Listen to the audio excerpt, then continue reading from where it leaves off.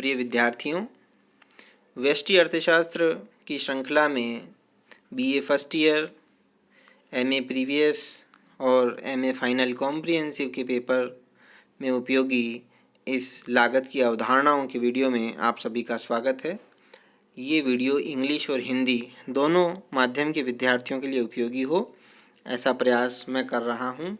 पिछले वीडियो में आपने लागत की अवधारणाएं, कुल लागत, औसत लागत को समझा। इस वीडियो में हमारा टॉपिक होगा सीमांत लागत, मार्जिनल कॉस्ट। विद्यार्थियों, लागत की अवधारणाओं में मार्जिनल कॉस्ट सबसे उपयोगी और महत्वपूर्ण धारणा है। मार्जिनल अर्थात सीमांत। यदि कोई भी कार्य 7 बार किया गया तो जो 7वीं बार किया जा रहा है वो सीमांत या मार्जिनल कहलाएगा। ठीक है, जैसे हमारे राजस्थान है, राजस्थान का सीमांत जिला कौन सा होगा? तो आप कहेंगे जैसलमेर, बाड़मेर, गंगानगर, बीकानेर, जो कि एकदम पाकिस्तान के बॉर्डर पर है, तो सीमांत हो गए वो। उसी प्रकार से लागत में भी सीमांत लागत है। चलिए इसकी परिभाषा सीखते हैं। The change in total cost per unit change in output, अर्थात आउटपुट में प्रति इकाई परिवर्तन होने पर कुल लागत में जो परिवर्तन हुआ वह मार्जिनल कॉस्ट कहलाया। The increase in the cost due to producing one more unit of output. ये बहुत सरल शब्दों में आपके सामने सीमांत की परिभाषा आ गई कि उत्पादन में एक अतिरिक्त इकाई वृद्धि करने पर उसके फलस्वरूप लागत में जो वृद्धि होती है वह सीमांत लागत कहलाती है। पुनः सुने, उत्पादन की एक अतिरिक्त इकाई पैदा करने पर लागत में हुई अतिरिक्त वृद्धि सीमांत लागत कहलाती है। यानी कि अंतिम इकाई की उत्पादन लागत ही सीमांत लागत है। The slope of the total cost curve, ये भी एक बात है, जो कुल लागत वक्र का ढाल होगा वह सीमांत लागत होगा। तो तीन परिभाषाएं सीमांत लागत की आपको मिल चुकी हैं। अब इसका सूत्र देख लें। Marginal cost is equal to delta T C बटावा डेल्टा क्यू। डेल्टा का मतलब होता है परिवर्तन, टी सी का मतलब होता है कुल लागत। कुल लागत में परिवर्तन बटावा उत्पादन में परिवर्तन, ये इसका सूत्र हो गया। इस प्रकार से आपको सीमांत लागत की 4 परिभाषाएं, 3 परिभाषा प्लस एक सूत्र मिल गया है। अब इसका कर्व क्या होता है? Marginal cost curve, the curve that shows marginal cost as a function of production.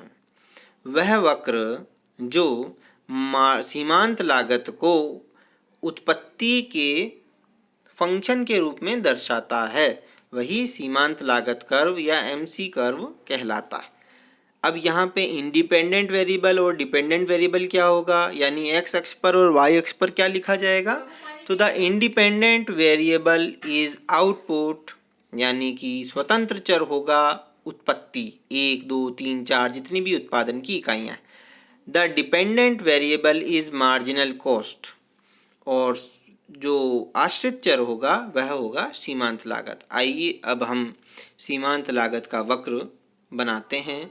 उसके पहले हमें तालिका को समझना होगा, और इसमें भी आपके लिए क्वेश्चन छुपा हुआ है, जिसमें 7, 8 और 9वीं इकाई के लिए आपको एमसी यानी मार्जिनल कॉस्ट की गणना करनी होगी। और ग्रीन बॉक्स में आप देख रहे हैं कि आपके सामने मार्जिनल कॉस्ट कैसे निकाल रहे हैं उसका फॉर्मूला दिया हुआ है। हालांकि फॉर्मूला अभी आपको दिखाया delta T C upon delta Q है, तो उसी को निकालते हैं। डेल्टा टी सी यानी कि जब 50 से 63 हुआ टी सी, तो अंतर कितना हुआ? 13। 13 में क्यू का भाग लगा दिया, डेल्टा क्यू का भाग लगा दिया 1, तो आ गया 13/1 यानी 13।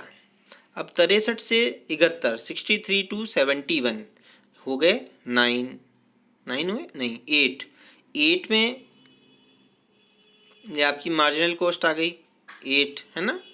और फिर 71 से 76 तो आ गई 5।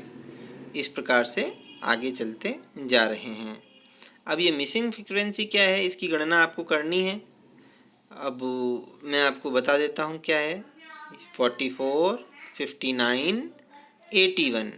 ठीक है, अब हम आगे चलते हैं और ग्राफ की रचना करते हैं। And we can graph the MC curve. ये देखिए, एसी कर्व जो कि पिछले वीडियो में आपको दिखाया था डिराइव करके, उसे ग्रीन डॉट्स के माध्यम से एक ग्राफ में प्रेजेंट करा हुआ है। और ये जो लाल लाल डॉट हैं, इससे हम मार्जिनल कॉस्ट को निकालेंगे। अब देखो ये 13, 8, 5, तो अब इसमें देखिए 13, फिर 2 पे 5, 8, फिर 5, यानी मार्जिनल कॉस्ट भी ऊपर से नीचे की ओर गिर रहा है।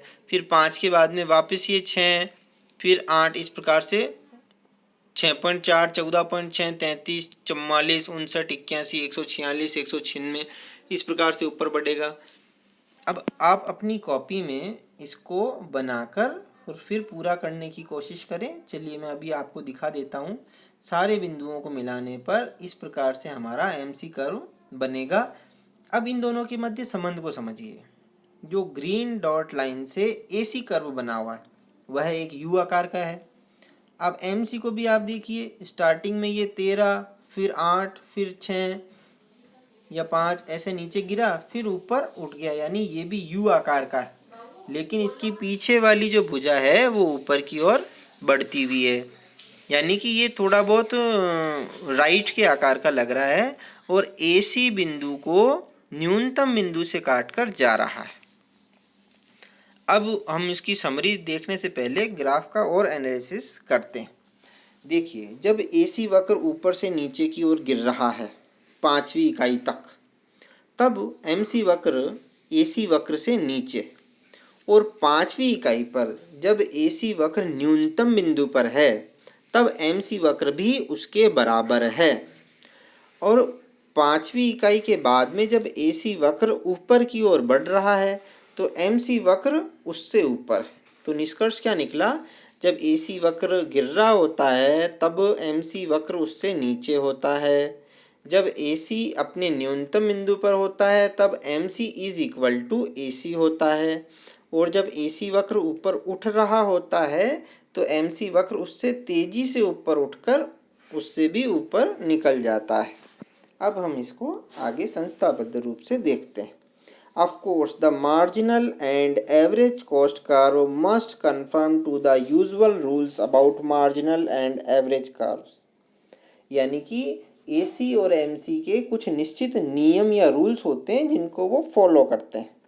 यहाँ पे 3 रूल्स लिखे गए हैं, मैं एक एक करके आपको समझाता हूँ। Number 1, when the average is rising, the marginal quantity must be greater than the average quantity. कहने का मतलब है कि एसी वक्र ऊपर बढ़ रहा होगा तो एमसी वक्र उससे ऊंचा होगा। When the average is falling, the marginal quantity must be less than the average quantity. यानी कि जब एवरेज वक्र एसी वक्र नीचे गिर रहा होगा तो एमसी वक्र उससे नीचे होगा। किससे? एसी वक्र से नीचे होगा। ये देखिए चित्र में, जब एसी स्टार्टिंग में नीचे गिर रहा है तो एमसी उससे भी नीचे है। और तीसरा point, when the average is neither rising nor falling, यानी कि न तो वो गिर रहा है ना ऊपर उठ रहा है, न्यूनतम बिंदु पर स्थिर, तो उस केवल एक बिंदु पर एवरेज और marginal are equal AC equal to MC होगा। अब यहाँ पे कौन सा बिंदु है? 5वीं इकाई, 4 और 6वीं इकाई के बीच में यहाँ पर एक 5वीं इकाई है, वहाँ पे एसी इक्वल टू एमसी की स्थिति आ रही है। तो ये तीनों पॉइंट्स आपको क्लियर हो गए। अब नोटिस करने वाली बात, notice that the general shape of AC and MC curve can be deduced by looking as the TC curve. जैसा टीसी कर्व होगा उसी के अकॉर्डिंग एसी और एमसी कर्व होंगे, लेकिन इनकी सामान्य आकृति यू आकार की होगी। और what would the average variable cost curve look like if we were to put it on the same diagram? AC और MC के साथ ही अगर हम ABC एवरेज वेरिएबल कोस्ट को डाल दें तो कैसा लगेगा, उसको दिखाने का प्रयास हम करते हैं। ये देखो, AC के नीचे MC, यहाँ पे नहीं है, AC और MC है, और ABC को डाल देते हैं जो कि AC के ही थोड़ा नीचे होगा। और आप ये देखें कि ABC के भी न्यूनतम बिंदु से काटती हुई MC जा रही है। बच्चों, जो लघु टिप्पणी 4 या 5 नंबर का जो क्वेश्चन आता है, जैसा भी परीक्षा का सेट होगा, तो उसमें ये प्रश्न आता है AC, MC और AVC के वक्रों के मध्य संबंध बताइए। तो यह मोस्ट इम्पोर्टेंट, अति महत्वपूर्ण चित्र है जो आपके बहुत काम का है। अब ये स्लाइड भी आप स्क्रीनशॉट ले सकते हैं कि TC कैसा होगा और ACMC कैसा होगा। अब कॉस्ट कर्व की समरी की बात कर लेते हैं। Cost depend output, technology and input prices. Cost जो लागतें होती है किन किन चीज़ों पर निर्भर करती है? उत्पत्ति पर, टेक्नोलॉजी पर और आगतों की, कच्चे माल और साधनों की कीमतों पर। There are two ways to depict a firm's cost, total cost curve, average and marginal cost curve. तो मैंने जो पहला वीडियो बनाया उसमें आपको टोटल कॉस्ट कर्व बताया, जो 3 तरह के होते हैं, TC, TVC, TFC। फिर ये जो वर्तमान वीडियो है, इससे पहले एक वीडियो बना था जिसमें मैंने आपको एवरेज कॉस्ट यानी average variable cost, average fix cost और एवरेज कॉस्ट के बारे में बताया। इस वर्तमान वीडियो में हमने मार्जिनल कॉस्ट और उसका AC और AVC से संबंध को समझा। आशा और पूर्ण विश्वास है मेरी ये मेहनत आपके बहुत कुछ काम में आएगी, और अपनी दुआएं मेरे साथ रखें। धन्यवाद।